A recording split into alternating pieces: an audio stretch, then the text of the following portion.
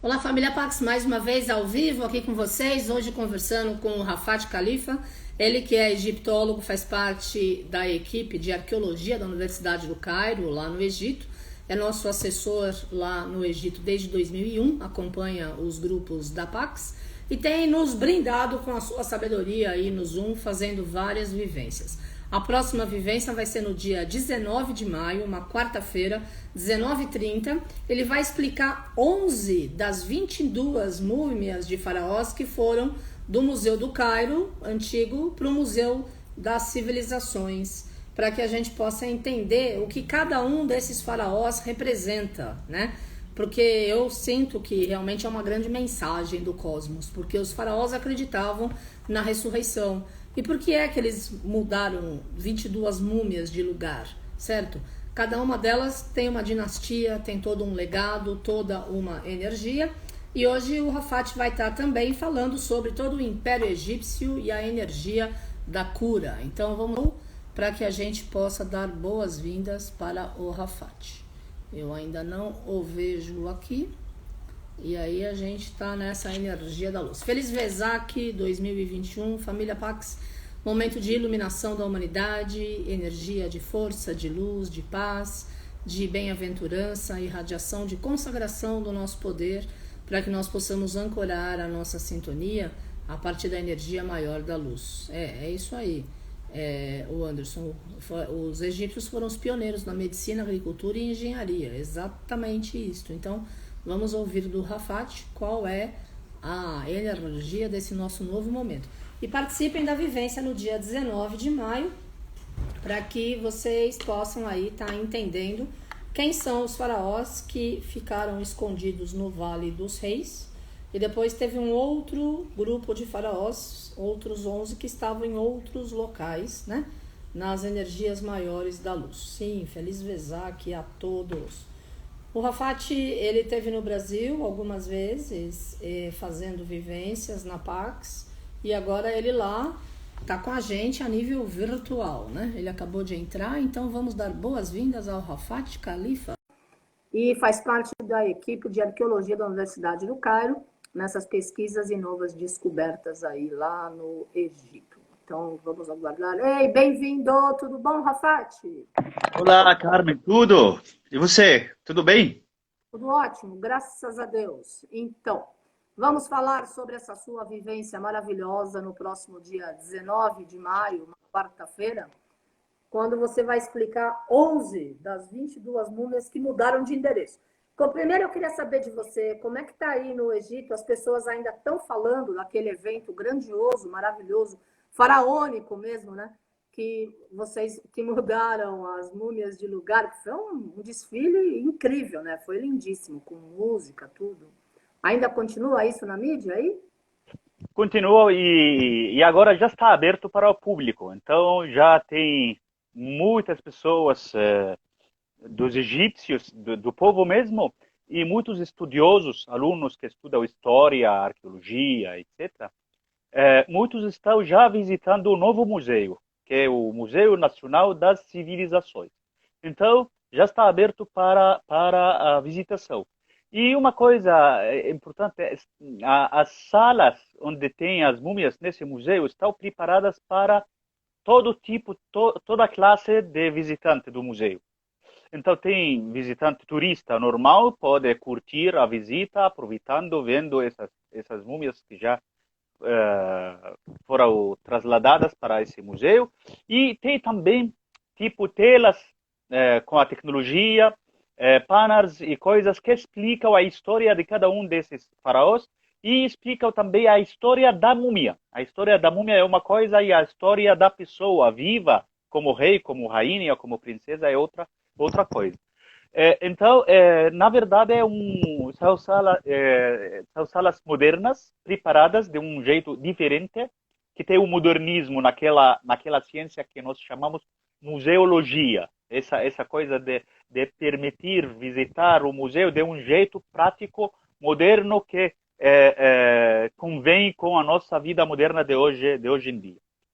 Isso que está muito falado na mídia e muito falado também entre o povo sobre o assunto das múmias que passaram para o novo museu.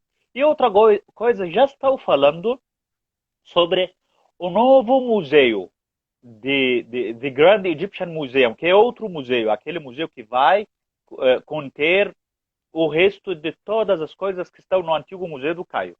Então, esse é outro museu terceiro. Então, tem o Museu do Cairo, aquele clássico antigo que quase todo turista que já conheceu o Egito deve ter visitado.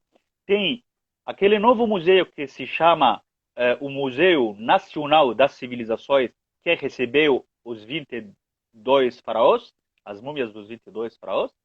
E tem outro terceiro, que é The Grand Egyptian Museum, que é o museu grande, aquele que vai inaugurar, agora é a polêmica. Todos estão, não sabem decidir exatamente a data da inauguração do... Então, a data da inauguração do novo museu é um assunto de polêmica hoje na mídia no Egito, entre os profissionais de turismo, entre os profissionais da arqueologia. Agora, é uma sugestão bem forte, acho que talvez vai ser a realizada, a data de 22 de fevereiro do ano que vem. Talvez, ainda não decidiram, mas é o que estão, parece que a maioria estão de acordo com essa data. Por quê? Que é o nascimento do Ramsés, ou da coroação do Ramsés, não é isso? 22 de fevereiro? Sim, também. Tem a ver com tem a ver com o sol, a entrada do sol no templo de Abu Simbel, que é a data da coroação de Ramsés II. Mas eles, quando falam sobre isso no novo museu, é por causa de 100 anos do descobrimento do túmulo de Tutankhamon. Ok. Então vai coincidir com exatamente 100 anos de Howard Carter descobrir o túmulo do faraó Tutankhamon no Vale dos Reis. E para as pessoas que estão participando conosco agora, 100 anos de descobrir o túmulo mais importante de todos os túmulos faraônicos. Esse de Tutankhamon, porque o único intacto que eles descobriram. Ou seja, desde o dia de fechar o túmulo, quando enterraram o faraó Tutankhamon, até o dia de desenterrar o faraó de novo do túmulo dele, o túmulo ficou fechado. Ou seja, pela primeira vez já conseguimos, já podemos saber quais são as coisas que enterravam junto. Sim. Porque de tantas e tantas tumbas que descobriram, outras tumbas, todas foram saqueadas durante a história. Muitos, aqueles ladrões que passavam, estamos falando de 3.500 anos, 3.000 ou mais de 3.500 anos. Então sempre, você sabe, sempre a massa, o vandalismo, aquelas pessoas que queriam sempre aproveitar, porque são túmulos de reis, ou seja, tinha tesouros. Então os ladrões sempre procuravam entrar para saquear e conseguir as joias e as coisas importantes que eles enterravam junto com o faraó no túmulo. Agora, Tutankhamon é um caso diferente. Tutankhamon é um túmulo que ficou fechado, ninguém sabia o lugar, porque o que aconteceu que alguns anos depois apareceu apareceu um túmulo, construção de um túmulo de outro faraó que queriam fazer o túmulo. Então, o que eles fizeram? Eles tiraram a terra, porque o túmulo é uma fossa, dentro da montanha. Tiraram a terra e as pedras para abrir essa fossa e começar a trabalhar para pintar as paredes e fazer a arte que tinha, etc. Então, essa pedra toda que tiraram daquele outro túmulo, colocaram em cima do túmulo de Tutankhamon que estava fechado. Então ficou como se fosse uma montanha. Ficou uma coisa natural, já é uma montanha. Então ninguém suspeitava a existência de um túmulo por baixo dessa colina tão alta de pedra e de areia. Por isso ficou bem protegido. Então esse túmulo é importante. Então a data do descobrimento do túmulo mais importante de todos os túmulos é uma data importante, que é 22 de fevereiro. e por isso eles dizem que o ano que vem talvez vai ser, nessa comemoração de descobrir esse túmulo, vai ser o mesmo dia de inaugurar um novo museu do Cairo, o Museu Egípcio do Cairo. Okay? Agora, sobre Ramsés, 22 de fevereiro é o nascimento ou é a coroação dele? A coroação do faraó. O nascimento é 22 de setembro. 22 de fevereiro, 22 de outubro. Ah, outubro, ok. Que o sol bate lá no templo. É assim. Na verdade, era 21. Era 21 de cada mês dos dois. E quando mudaram o templo do lugar original para o lugar de agora, aconteceu uma mudança de um dia. Então, é sinal que a tecnologia e os cálculos modernos não combinam muito com os cálculos que os egípcios tinham naquela época. Então, só para quem nunca foi ao Egito, nesse templo lá do Ramsés, em Abu Simbel, nesses dias 22 de fevereiro e 22 de outubro, o sol entra na porta do templo principal e vai lá no fundo, só ilumina o trono dele. Não é isso, Rafat? Explica um pouquinho, porque eu acho aquilo incrível, eu adoro aquele lugar. Desde a entrada desse templo de Abu Simbel até o fundo do templo, que é o santuário do templo, sim, a distância é uns 65 metros. Aquele portal da entrada até o santuário do templo são 65 metros. O santuário do templo tem 4 estátuas. Tem Ramsés II e mais 3 deuses. O sol entra por essa porta da entrada do templo, penetra assim essa distância de 65 metros, até chegar a esse santuário do templo, para iluminar o santuário. Esse acontecimento, o sol entra todo dia, mas para chegar até o santuário sempre tem ângulos, os raios do sol. Mas para iluminar o santuário e ficar bem direcionado, orientado para a cabeça, o rosto do faraó Tutankhamon com os deuses ao lado, isso acontece só 2 vezes por ano. Uma vez, um dia desses 2, é o dia da coroação do faraó, que é o dia da subida ao trono, de tomar o poder e o governo do Egito. E outro dia é o aniversário do faraó, o aniversário de Tutankhamon, aniversário de Ramsés II. Então são 2 dias importantes, a coroação e o aniversário do faraó. Você só para imaginar a arquitetura do templo. O sol nunca entra nos outros dias. Só nesses 2 dias dos 360 dias por ano, só esses 2 dias. Ou seja, o sol, que é Deus para os egípcios, Ra, o nome dele é Ra-Mses. Então o nome dele faz parte do nome do Ramsés, o nome Ra, que é o Deus Sol. Então o Deus Sol comemora junto com o faraó esses 2 dias especiais. Que lindo, muito bom. E o interessante vou continuar um pouquinho nisso, porque o interessante é que esses 4 deuses, o faraó fica, e aos 2 lados dele são 2 deuses principais do Estado, do Império do Ramsés II. Um é o Marquis, que é o deus Sol, deus solar. Outro é Amon, o deus de Luxor, de Tebas. Tem um deus quarto, que é o deus Ptah, o deus criador, que é o deus da escuridão na mitologia egípcia, que é o único das 4 estátuas que os raios do sol nunca iluminam, nunca batem para iluminar. Então ele fica sempre na sombra, como é deus da escuridão. Então a arquitetura e a localização da estátua, todo foi calculado para deixar ele sempre nessa escuridão e não no sol. Então esse é um fenômeno muito importante do Ramsés II em Abu Simbel. Muito bom, adorei. Eu adoro esse templo, é maravilhoso. Então, família Pax está aí. No próximo dia 19 de maio, inclusive a imagem é do Ramsés, desse templo de Abu Simbel.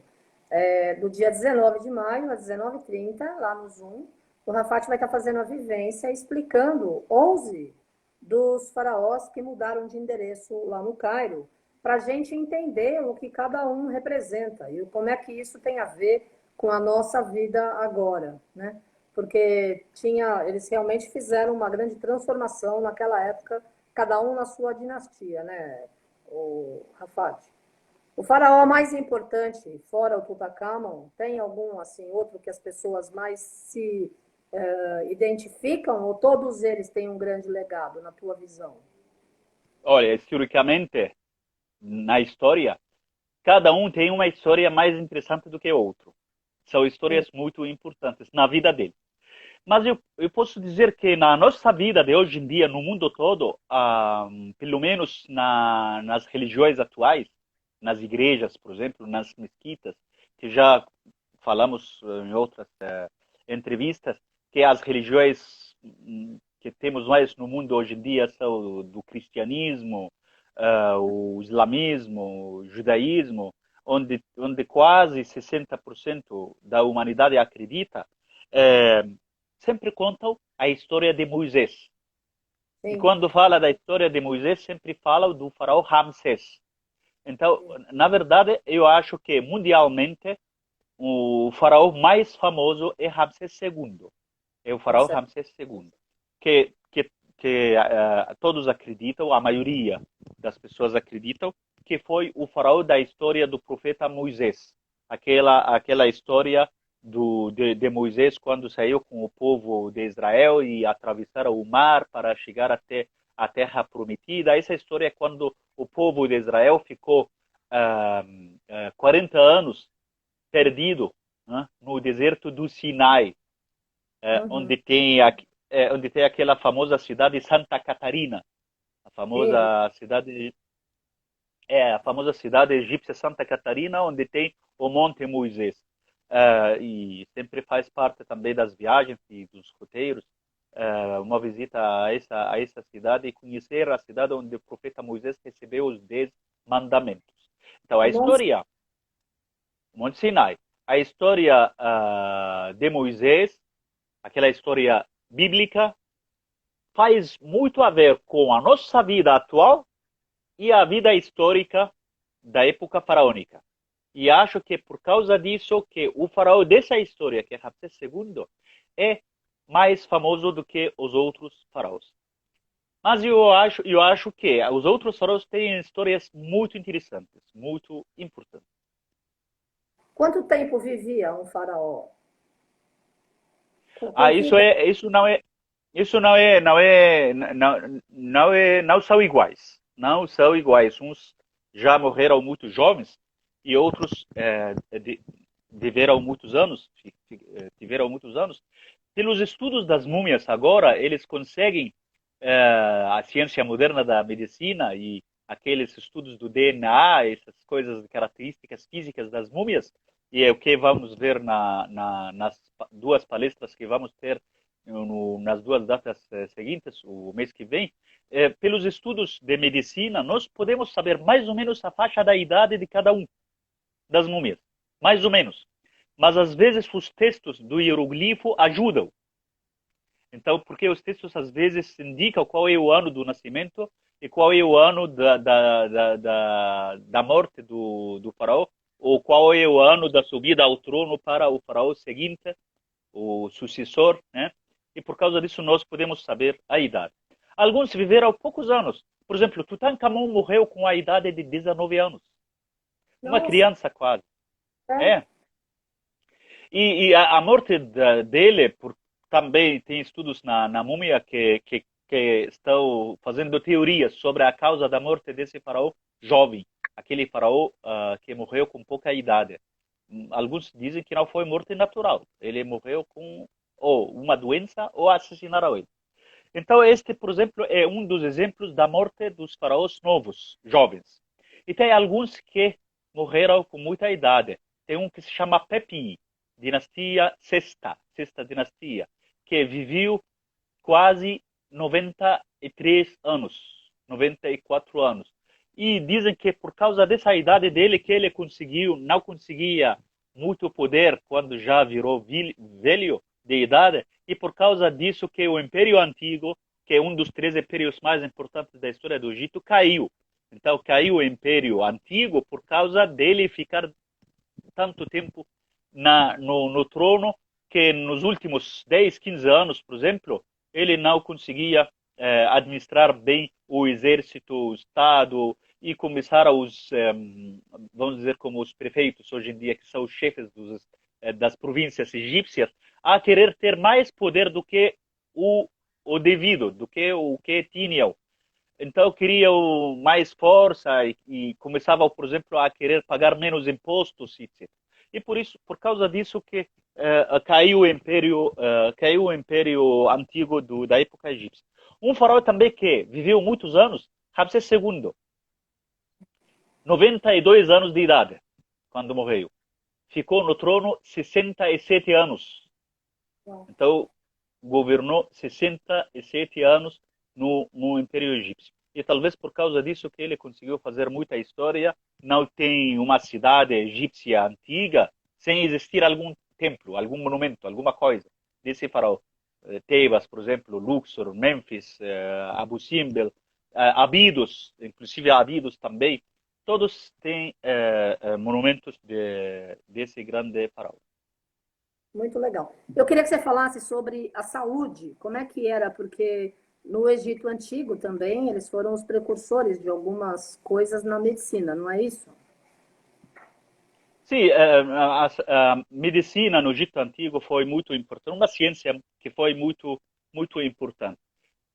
Na verdade, no começo da história, quando falamos de 4.000, 5.000 anos antes de Cristo, quando começou a ter força a civilização egípcia, a medicina no Egito Antigo dependia não só da ciência de medicina, mas dependia também da religião, da magia.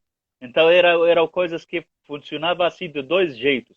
Um jeito científico, de ciência, e outro jeito que era religioso. Então, os médicos, que nesse caso eram os sacerdotes, curavam as pessoas, né?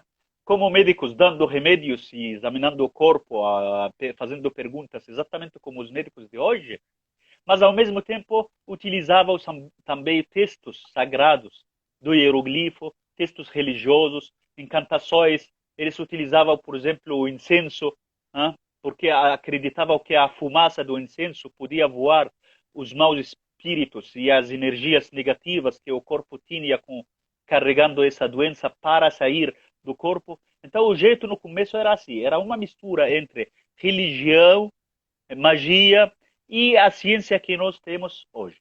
Depois começou a ter uma ciência moderna, a ciência a propósito. Quando falo moderna, falo no sentido de ter experiência, de ter uma ciência, uma medicina de ciência mesmo, científica. E tinha, o interessante é que tinha medicina veterinária e medicina humana. Então, tinha medicina para os animais e tinha medicina para os humanos. E para aquela veterinária era muito importante, porque muitas vezes tratava os animais sagrados, porque os animais eram imagens dos deuses naquela época também. Então tinha uma deusa gata, por exemplo, Bastet. Tinha um deus em forma de um ibis, aquele Tot, o pássaro ibis, que era Tot. Tinha o macaco também, representação do ibis. Tinha a vaca. Então os animais precisavam do cuidado médico, do cuidado médico. E desse cuidado médico, eles então começaram a ter a ciência da medicina veterinária. E tinha a medicina humana. E da medicina humana, na verdade, tem muita história sobre essa medicina e muitos estudos que foram feitos sobre a medicina humana. Tem uma pessoa que se chama Hessierá, da terceira dinastia, da época de Zossar, o faraó daquela pirâmide escalonada, a mais antiga. Ele descobriram o túmulo dele há uns 10 anos, mais ou menos, um pouco mais. O túmulo dele, o interessante é que acharam, além das estátuas e coisas funerárias dele, uma lista escrita em madeira dos títulos profissionais dele. E um desses títulos profissionais dele, o chefe dos dentistas do faraó Zossar. Então ele foi o chefe de um grupo de médicos dentistas. Ou seja, naquela época não tinha só medicina, mas tinha especialidades de medicina. Tinha médico para os dentes, médico para a pele, médico para cirurgias, como vamos ver nas palestras com mais detalhes, aquelas palestras que vamos estudar as múmias, as 22 múmias, vamos ver as operações de cirurgia que passaram para algumas múmias, por exemplo, vamos ver as doenças que eles descobriram, que a ciência moderna atual descobriu em algumas múmias, etc. Tinha outro médico que se chama Sekhmet. Esse outro médico foi médico também das doenças de estômago e de barriga. E também isso descobriram um papiro dele.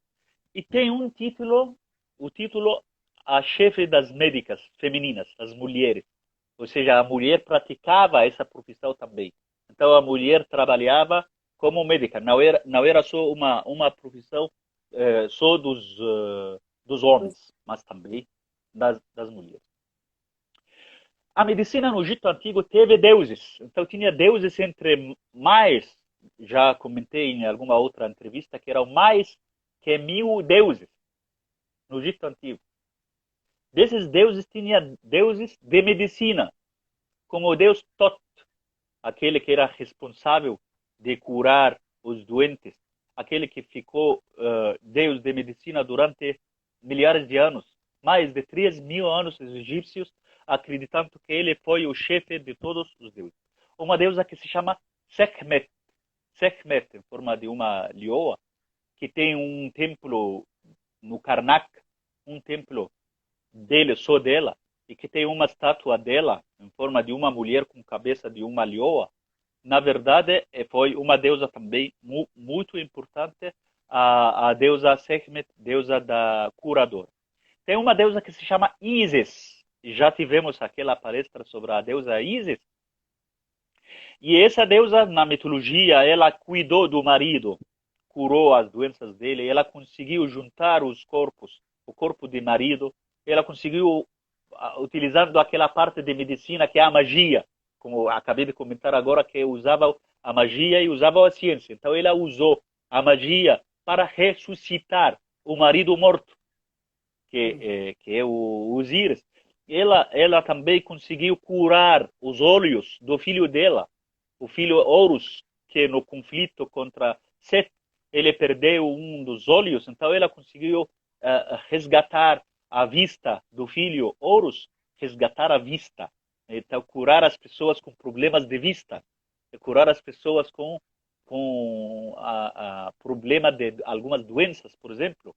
Então, ela foi uma deusa para os egípcios nisso. Então, quando um egípcio normal da classe pobre ou mesmo das classes altas tinha problema nos olhos, ele simplesmente falava assim: aquela nossa deusa que curou o deus Horus e o olho do deus Horus, que fez um milagre, então não é difícil ela fazer um milagre bem menor curando o meu problema de doença de olho. E por isso a pessoa ia para o templo para receber esse cuidado médico da deusa Isis.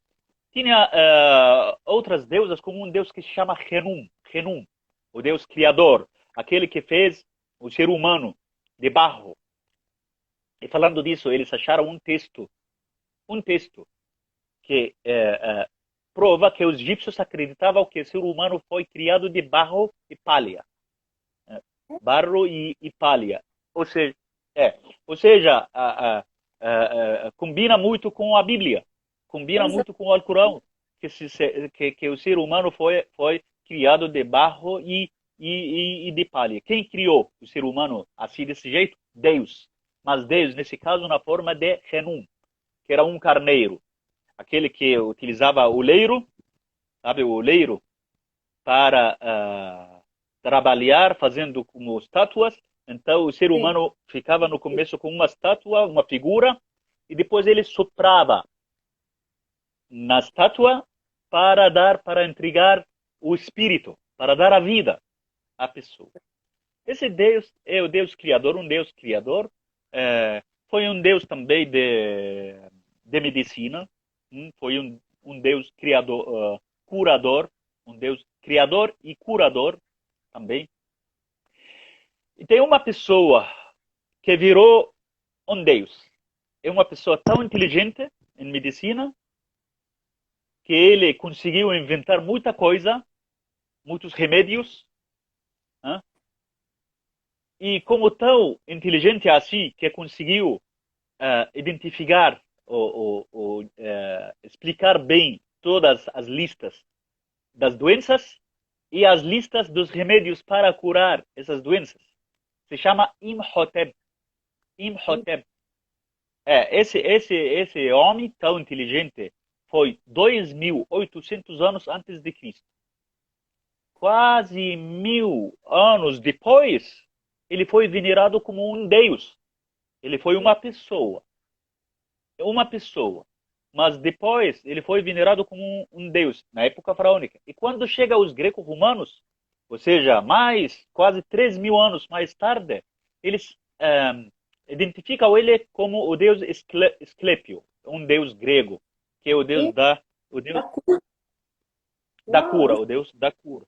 Então, Imhotep e Esclépio é o mesmo, é a mesma pessoa, segundo a história da medicina. Eu não Quer falar alguma coisa? Não, adorei. Muito bom. Então é isso. Então, Imhotep e Esclépio é a mesma coisa, a mesma figura. E tem muitos outros. Anubis, por exemplo, é o deus da mumificação. Por que o deus da mumificação, sabe? Anubis é o deus da mumificação e é um deus da medicina. E porque a mumificação ensinou os egípcios muita coisa da natureza do ser humano por dentro. Porque quando eles embalsamam algum corpo, quando mumifica algum corpo, abre o corpo e tira as vísceras.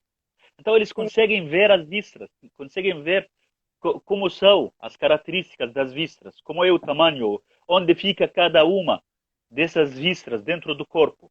E por causa disso que os sacerdotes acreditam que esse Deus da mumificação é o mesmo da cura e dos remédios. E, na verdade, tem muito conhecimento sobre a medicina no Egito Antigo. Todo está escrito em papiros. Todo não, a maioria está em papiros. E por isso nós temos muitos papiros que falam sobre a medicina. Esses papiros, que são tantos, estão nos museus egípcios e estão nos museus do mundo. Tem um papiro tão importante, se chama o papiro de Ebers. Que na verdade, os nomes dos papiros são os nomes das pessoas que compraram os papiros antigamente. Então, uma pessoa, um homem inglês, chama Ebers, comprou de uma pessoa pobre dos egípcios que achou um papiro, talvez ao lado da muralha da casa dele, assim, brincando na areia ou na terra. Ele achou um papiro. Sem saber tanto o valor da coisa, ele vendia para quem pagava. E naquela época, quando os ingleses estavam ocupando o Egito, 1882, os ingleses invadiram o Egito e ficaram ocupando o país até 1952, 70 anos. Nesses 70 anos, viviam os ingleses no Egito, vinham os ingleses a morar em Luxor, Tebas, Mênfis, Cairo, Alexandria, toda a cidade. E uma das atividades que ficou, sabe, parecia naquela época um hobby das pessoas ricas, juntar antiguidades e comprar coisas caras, coisas do Egito Antigo, para ficar com essas coisas em casa. Dessas coisas serão os papiros. Então esse Ebers, esse homem, comprou esse papel. Papel não, esse papiro, que se chama Ebers, que tem o nome dele. E depois, anos mais tarde, ele deu esses papiros para o British Museum, para o Museu Britânico. E ficou nesse museu até hoje. É um papiro, só para ter uma ideia, tem 19 metros. Nossa! Um papiro de comprimento de 19 metros. 19 metros tem centenas de doenças e de receitas médicas, que falam sobre tudo. as doenças da pele, as doenças dos órgãos interiores no corpo, as doenças de ossos, como tratavam essa doença, como tratavam a outra, etc. E quando eu falo, então quando eu falo um papiro médico, muitas pessoas, mesmo as pessoas que já conheceram o Egito, acham que é um papiro como aquele que compram como souvenir, como Sim, lembrança, para pendurar numa parede, lembrar da viagem do Egito. Tudo bem, isso é um papiro também.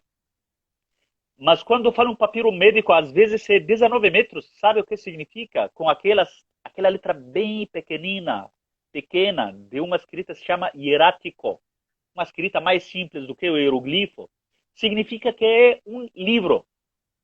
sim. É um livro de medicina, então. É um livro de medicina que fala sobre a história de medicina. E eles classificavam as doenças assim, os médicos. Uma doença que pode curar. Primeiro capítulo. Segundo capítulo, uma doença que podemos tentar curar. Tentar não significa ter a garantia do resultado. E a terceira, uma doença que conseguimos descrever, mas não sabemos até hoje como curar. Então eles tinham estudos de medicina. E desses estudos de medicina, onde eles faziam? Faziam na Casa da Vida, que é uma parte do templo que funcionava como casa de estudos. Então tinha uma parte no templo onde estudavam medicina. Então a faculdade de medicina no Egito Antigo se chamava Casa da Vida. O Nossa, aluno vai para estudar na Casa da Vida. E, junto com essa Casa da Vida, tinha uma parte para a prática, para receber o público, para receber as pessoas e curar as pessoas doentes. Hoje em dia nós temos as universidades sim, e temos hospital universitária. verdade. Então tem um lugar de estudos e outro lugar junto ao lado para atender o público e ao mesmo tempo também as pessoas, os alunos podem estudar. Então a mesma coisa no Egito Antigo eles tinham. Tem muitos outros papiros. Tem um papiro que se chama Edwin Smith, que é o nome de outra pessoa que comprou outro papiro, que é especializado em doenças de ossos, doenças dos articulações do corpo, de joelho, por exemplo, dos pés, do braço, etc. Inclusive chega a falar sobre cirurgias que eles faziam, né? Eles chegaram a colocar como uma perna artificial de uma pessoa, feita em madeira, para facilitar o movimento de uma pessoa. Então, eles na verdade, tinham doenças com especialidades também. Uma outra pessoa se chama Harris, um inglês também. Ele trabalhava numa cidade, se chama Der El Ballas. Ele trabalhava, um inglês trabalhando em ferrocarril, em outros projetos. E apareceu um camponês com um papiro bem valioso, grande, daqueles metros também, negociando com ele. Quer comprar esse papiro? Por que quer vender o papiro? Porque estou querendo comprar fertilizante para o campo da agricultura que eu tenho. Ou seja, ele vendeu esse papiro por pouquíssimo dinheiro. É um papiro muito valioso que tem 250 receitas Nossa, de 250 doenças remédio. daquela época. E esse 250 remédios de 250 doenças. Doenças. Esse Harris levou esse papiro e está, como muitos outros papiros, no Museu Britânico. Chester Beatty, ou um outro senhor se chama Chester Beatty, comprou um papiro também interessante que fala sobre as doenças urinárias, doenças urinárias. Uhum. Inclusive, esse papiro tem como um capítulo que fala sobre o homossexualismo, que eles classificavam o homossexualismo naquela época como uma doença. Do mesmo jeito, até há poucos anos, a Organização Mundial da Saúde estava classificando também o homossexualismo como uma doença. Então, no Egito Antigo tem a mesma coisa também. Esse mesmo papiro fala sobre isso e fala sobre como curar as pessoas que tinham essa orientação sexual de homossexualismo. Se chama o papiro de Chesterfield. O mais interessante de todos esses papiros é um que se chama Kahun, que fala sobre as doenças femininas, que fala sobre a doença de gravidez, que fala sobre os testes de gravidez, que fala sobre 17 sinais das senhoras grávidas para saber se está grávida ou não. O teste de gravidez tem 17 jeitos de como descobrir se a senhora está grávida ou não.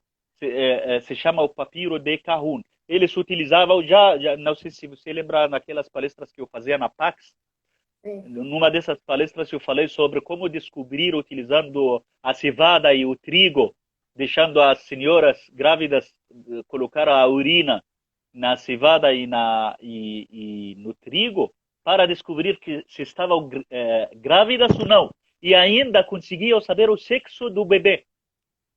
Conseguiam saber se era menino ou era menina. Tá?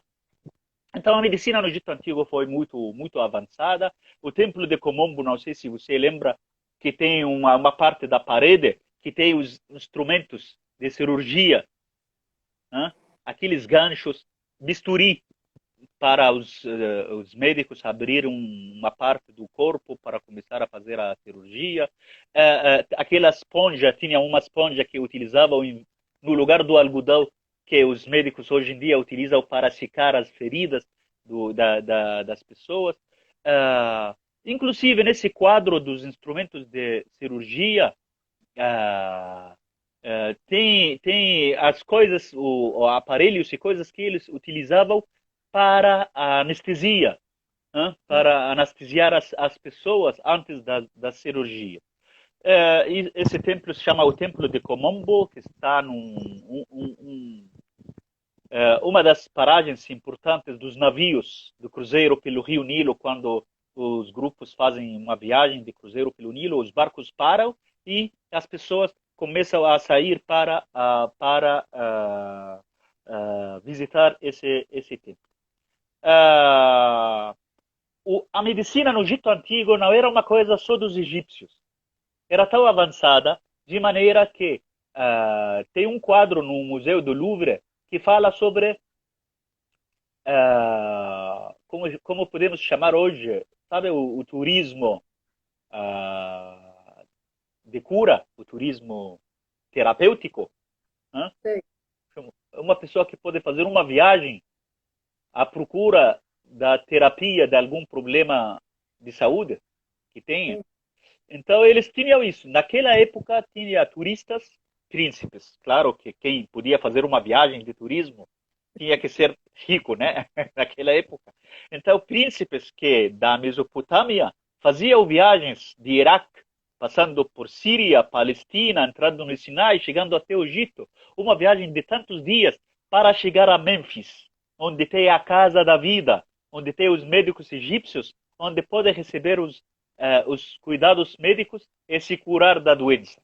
E voltar já com boa saúde para a terra dele depois de mais uns dias.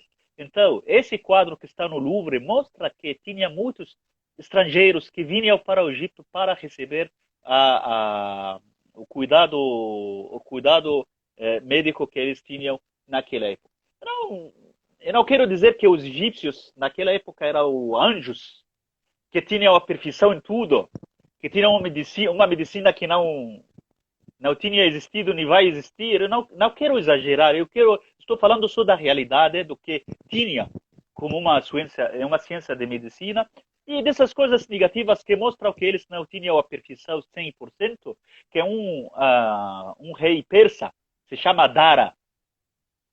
Quando estava no Egito, ele caiu do cavalo dele. Torceu a perna dele, o pé dele. Então ele ficou com um problema. Aí levou junto com ele um médico egípcio para cuidar dele. Esse médico não conseguiu curar ele. Aí ele ele condenou ele com pena de morte, né? E chamou outro médico de outro país qualquer. Naquela época, aquele novo médico, aquele outro médico conseguiu resolver o problema da perna dele e teve sucesso.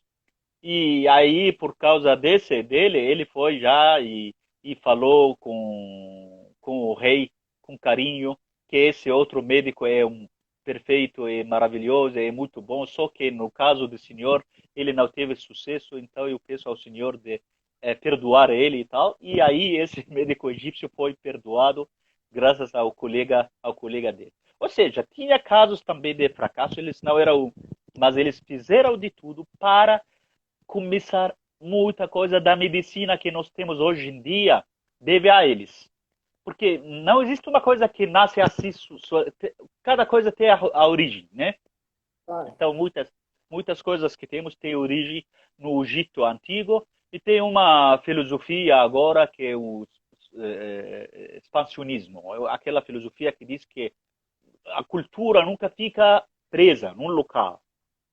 Toda cultura no mundo passa para fazer parte das outras culturas. Às vezes nós podemos ter noção disso e às vezes nós vivemos sem ter noção. Inclusive no Brasil tem muita coisa que é do Egito. No Brasil tem muita coisa que foi do Egito para o Brasil por vários meios. Entre esses meios são os árabes que estiveram na Península Ibérica e que foram para o Brasil durante aquela época quando chegaram os portugueses e os espanhóis para as Américas. Então, essas chegadas, invasões, conquistas, podemos chamar cada um o que quiser, não são só eventos militares. Não é só militar. Não é um exército e armas. São povos que passam, que vão de um lugar para outro. Quando vai um povo de um lugar para outro, leva junto muita coisa da cultura. Então, eu acredito que muita coisa da medicina que eu abordei e falei durante essa entrevista que estou tendo com você, Carmen, acredito que muita coisa passou para o mundo e inclusive passou para o Brasil. Isso que tem a ver com a medicina. É verdade. Olha aí, família Paco, vocês estão vendo que o Rafat Khalifa, ele tem muito conhecimento, a gente trabalha junto desde 2001, ele é excelente egiptólogo, um ótimo profissional, e ele vai estar ministrando uma vivência imperdível, duas vivências imperdíveis, na plataforma Zoom, dias 19 e 26 de maio, sempre às 19h30. No dia 19, ele vai estar abordando justamente 11 múmias dos faraós que foram encontrados no Vale dos Reis, e que são essas 22 múmias que foram transladadas do Museu do Cairo para esse novo Museu das Civilizações que nós aqui compartilhamos, várias notícias, vídeos, etc., que foi um evento maravilhoso, faraônico, literalmente, né, extraordinário. O Rafat vai estar explicando, então, 11 no dia 19 e 11 no dia 26, o que cada um desses faraós representava, né? E teve, inclusive, uma faraó mulher, a única faraó mulher. Quer dizer, então, já desde aquela época, né, a energia da mulher sempre revolucionária na energia da força de abrir caminho para uma nova força, uma nova intuição, um novo tempo. Então, a vivência primeira era no dia 19, ele vai falar sobre as múmias que foram encontradas no Vale dos Reis, e aí a inscrição é R$60, é às 19h30, dura 2 horas, ele vai estar mostrando lá as imagens para que nós possamos aprender sobre esses faraós, porque cada faraó se tornou famoso por um atributo ou por um legado, né? Teve alguns que trabalharam mais a energia da cura, da construção, etc. Então a gente vai aprender quem foi quem e quem é que agora mudou de endereço, qual é a mensagem que isso deixa para nós como humanidade, porque eu acredito que tudo é um sinal de Deus, né?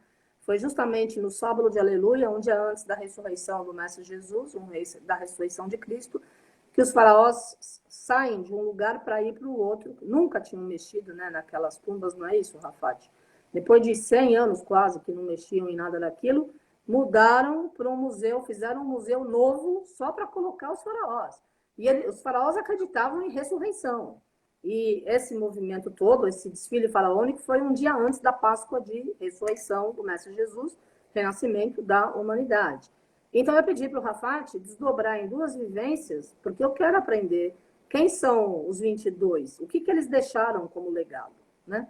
Teve um que estava lá reinando enquanto estava tendo pandemia, outro que era mais energia de descobertas, tecnologia não é como a nossa agora, mas muitas descobertas realmente. Então, família Pax, vamos reaprender a caminhar e vamos nos espelhar na cultura egípcia, que a cultura egípcia é o berço de todas as civilizações. A gente percebe que tudo que a gente vive hoje, século XXI, século XIX, XX, né? Tudo começou lá, no Egito, né? Então, vamos resgatar essa memória celular e vamos entender mesmo. Eu gostaria que vocês também questionassem e se perguntassem o que vocês acham desse desfile de faraós, de 22 que saem de um lugar para ir para o outro, depois de quase 100 anos, num dia antes da ressurreição, num ano como 2021, que a gente está passando uma pandemia, um momento diferente e histórico a nível de humanidade, onde todo mundo tem que ficar em casa repensando a vida, repensando valores, e de repente vai que esses faraós têm uma mensagem para cada um de nós, de acordo com cada dinastia, né, Rafat? Queria que você citasse pelo menos 2 faraós, pode ser? Dos 11 primeiros aí, escolhe 2 e fala alguma coisa para as pessoas entenderem como é que você vai fazer a vivência. Bom, por exemplo, a rainha Hatshepsut. Você falou de uma rainha mulher, a rainha faraó. Na verdade, nessas 22 múmias tem 4 rainhas, mas uma só, mesmo que teve o título faraó. Mas tem 4 rainhas que não governaram, mas a Hatshepsut governou. Como que era a vida de uma mulher nesse meio de um mundo só reis que governavam, naquele mundo, a Mesopotâmia, o Egito, só o homem que tinha esse direito a governar? Como era a vida dela? Como era no palácio? Como era o olhar do povo egípcio para ela? Como eram os sacerdotes? Como ela conseguia convencer todo mundo com a força dela? Como ela conseguia obrigar todo mundo a respeitar ela como mulher? Como era a história dela? E aí, depois disso, de ter a legitimidade, né, em governar o país, como ela tinha de resultado? Como conseguiu? Será que o Egito conseguiu ter muita prosperidade na época dela, do mesmo jeito como nas épocas dos outros faraós? Como ela conseguia na agricultura? Como conseguia fazer no comércio? Como tinha na indústria? Como era a economia na época dela? E aí, o que houve da arquitetura, aqueles templos maravilhosos, gigantescos, faraônicos que nós temos na televisão de vez em quando nos documentários, será que ela participou também em ter uma arquitetura tão forte, assim, tão boa assim, nessa época? E quando ela morreu, como é o túmulo dela? Como é a múmia dela? Quais são os estudos modernos sobre o túmulo dela e a múmia dela? Como ela morreu? Qual foi a causa da morte dela? Será que, fazendo estudos, você sabe que agora eles fazem DNA das múmias para saber muita coisa da história de saúde de cada pessoa? Então, eles já chegaram a fazer DNA. Como é o resultado do DNA dessa rainha? Como era a relação dela com os outros faraós? Era mesmo foi filha de Tutmoses primeiro ou não? Ela foi filha irmã de Tutmoses segundo ou não? Como é a relação que ela tinha com as outras pessoas? E assim vai. Hatshepsut é uma das rainhas mais importantes da história do Egito. O Museu Egípcio tem muitas estátuas e muitas obras dela. Ela tem um templo maravilhoso em Deir el-Bahari, onde tem aquele templo de 3 andares feito dentro da montanha, um templo maravilhoso dela. E a propósito, bem perto ao túmulo, bem perto a esse templo, em Deir el-Bahari, descobriram um túmulo que foi uma das 2 palestras vai ser sobre esse túmulo, Deir el-Bahari, que foi um esconderijo, onde os sacerdotes na dinastia 11ª, por preocupações das múmias, porque o país estava em revolta, tinha manifestações, tinha pobreza, tinha problemas, tinha invasões, Então, por medo e preocupações sobre as múmias, levaram essas múmias todas nessa dinastia para esconder aí em Der el Bahari, perto ao túmulo dessa rainha. Então essa é uma das uma das rainhas importantes que vamos ter na palestra seguinte sobre as múmias. Muito bom. Olha Eu lá, posso, família. rapidinho assim, posso escolher também Seknenra, esse homem, que é outro faraó, se chama Seknenra, que o Egito, em alguma época na história, foi invadido pela primeira vez na história. Uma parte no norte do país, no delta do país, uma invasão dos Ixos. Ocuparam o norte do Egito e ficou o Egito dividido, uma parte ocupada no norte e o resto do país no sul do país.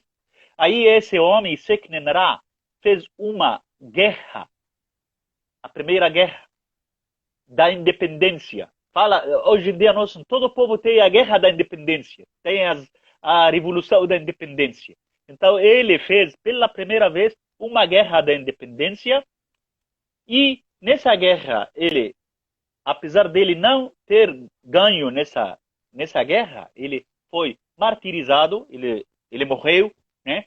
E os filhos dele levaram o corpo dele para Tebas rapidinho e continuaram a guerra contra os Ixos e tiveram sucesso e conseguiram expulsar depois os Ixos, os inimigos, fora do Egito. E quando voltaram para Tebas, embalsamaram o corpo dele e enterraram o corpo dele. O corpo dele, até hoje, essa múmia que vamos ver na nossa palestra, vamos ver onde estão as armas que pegaram na cabeça dele. Então, nós conseguimos, via o corpo, de saber a causa da morte da pessoa. Então, esse Seknenra, o primeiro libertador do Egito, na época faraônica, também é uma história muito importante, muito importante saber disso, porque explica a vida de dia a dia naquela época, o pensamento político, essas coisas que eles tinham nas cidades egípcias. Claro. Olá, família Pax. Então, na quarta-feira, dia 19 de maio, depois na quarta, dia 26, são duas vivências com o Rafat, sempre às 19h30. A inscrição é R$60. Ele vai estar falando em cada quarta-feira sobre 11 faraós e qual é a dinastia deles e qual foi o legado, o que eles representam. E, de repente, é uma grande lição aí para todos nós como civilização humana, nesse ano de 2021, e nesse nosso novo momento de co-criar um novo futuro como humanidade, porque pós-pandemia, se Deus quiser, teremos saúde e estaremos escolhendo como é que nós devemos viver de uma forma com mais respeito e com mais plenitude, com mais harmonia. Então, sentindo o chamado, participem dessa nossa vivência, a vivência do Rafat, no dia 19 de maio e no dia 26. Então, são 11 faraós que ele vai estar abordando num dia e mais 11 no outro.